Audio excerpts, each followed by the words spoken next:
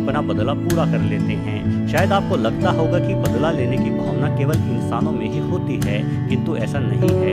बदला लेना जानवर भी भली भांति जानते हैं। हमारे ही देश के महाराष्ट्र में बंदरों द्वारा बदला लेने की एक अजीब घटना देखी गई थी।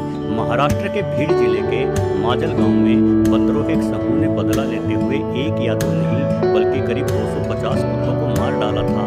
ग्रामीणों के मुताबिक बंदरों ने कुत्तों से बदला लेने का सिलसिला तब शुरू किया जब कुछ कुत्तों ने मिलकर एक बंदर के बच्चे को मार दिया था। इस घटना से बंदर खफा हो गए और उन्होंने बदला लेने के लिए एक एक करके कुत्तों को मारना शुरू कर दिया। बंदर कुत्ते को देखते ही मिलकर हमला करते एवं कुत्ते को पकड़कर घसीट ले जाते। उसके बाद उस कुत्ते को पेड़ या छत पर ले जाकर नीचे गिरा दिया जाता, जिससे बेचारा कुत्ता मारा जाता। सोचे सिर्फ एक बंदर की मौत का बदला लेने के लिए इन बंदरों ने 250 कुत्तों को मार डाला। ऐसा अनोखा बदला तो कभी किसी इंसान ने भी नहीं लिया होगा। बाद में वन विभाग की टीम ने करीब 1 दर्जन बंदरों को पकड़कर जंगल में छोड़ा, लेकिन तब तक बंदरों ने गांव के लगभग सभी कुत्तों को मार डाला था। वैसे शेरों के अंदर चीतों को मार डालने की भावना सिर्फ बदला लेने के लिए ही पैदा नहीं होती, अपितु ये सब इलाके और प्रभुत्वों का खेल है। शेर इसी तरह से तेंदुओं को भी मारते हैं और लकड़बग्घे आदि को भी। असल में आपके इलाके में आपके प्रतिद्वंदी जितने कम होंगे, आपका जीवन उतना ही बेहतर और आसान हो जाएगा। किंतु चीतों के जीवन से एक और समस्या जुड़ी है। अनेकों बार इन बेचारों का शिकार भी छीन लिया जाता है। चीते द्वारा शिकार करने के प्रयास लगभग तेंदुओं जितने ही सफल होते हैं। चीता जहां दौड़ लगाने में माहिर है, वहीं तेंदुआ घात लगाने में। किंतु ताकतवर तेंदुआ अक्सर शिकार करते ही अपने शिकार को लेकर पेड़ों की ऊंचाइयों पर चढ़ जाता है, जहां ये अपने शिकार को सुरक्षित बैठकर खा सकता है। किंतु चीते पेड़ों पर चढ़ने में उतने माहिर नहीं होते, जिस कारण इन्हें अपना शिकार जमीन पर ही खाना पड़ता है। और जमीन पर शेर एवं लकड़बग्घों के साथ साथ तेंदुए भी चीतों का शिकार छीनने के लिए तैयार बैठे रहते हैं। दोस्तों, अन्य शिकारियों द्वारा शिकार छीन लेने और मारे जाने के कारण आज चीता बड़ी बिल्लियों की एक ऐसी प्रजाति के रूप में जाना जाता है जिसके ऊपर सबसे ज्यादा गंभीर रूप से लुप्त होने का खतरा मंडरा रहा है।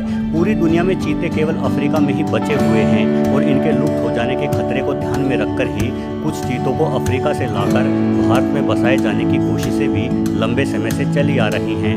भारत से चीतों को विलुप्त हुए 7 दशक से ज़्यादा बीत गए हैं और अभी तक चीतों को वापस भारत में लाने की कोशिशें कामयाब नहीं हो पाई हैं। यदि चीते भारत में आते हैं तो किसी शिकारी जानवर का यह दुनिया का पहला अंतर महाद्वीपीय स्थानांतरण होगा, यानी एक महाद्वीप से दूसरे महाद्वीप पर पहली बार किसी शिकारी जानवर को दोबारा बसाने की कोशिशें की जाएगी। इस महत्वाकांक्षी परियोजना के लिए 200 करोड़ से अधिक खर्च किए जाएंगे। भारत में चीता पुनर्वास को मध्य प्रदेश के घास के मैदानों के संरक्षण के रूप में भी देखा जा रहा है।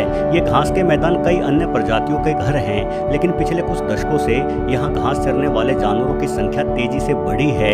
यदि चीता भारत लाया गया और मध्य प्रदेश के इन घास के मैदानों में चीता छलांगे भरता है तो निश्चित तौर पर इन मैदानों में फैले जानवरों की खाद्य श्रृंखला में संतुलन बन जाएगा।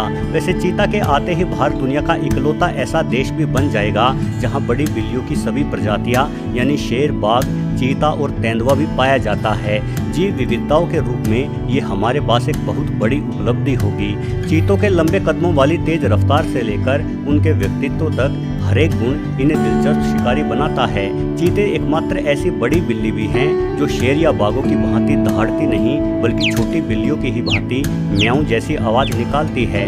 जहां बिल्लियों की सभी प्रजाति रात में अधिक सक्रिय होती हैं, वहीं चीते केवल दिन में ही शिकार करते हैं। जहां सभी बिल्लियां अपनी बड़ी मांसपेशियों और जबड़े की ताकत के दम पर शिकार करती हैं, वहीं छरहरे शरीर और छोटे जबड़े वाले चीता शिकार के लिए अपनी गति पर निर्भर करते हैं। यानी कुल मिलाकर अन्य बड़ी बिल्लियों की प्रजातियों की तुलना में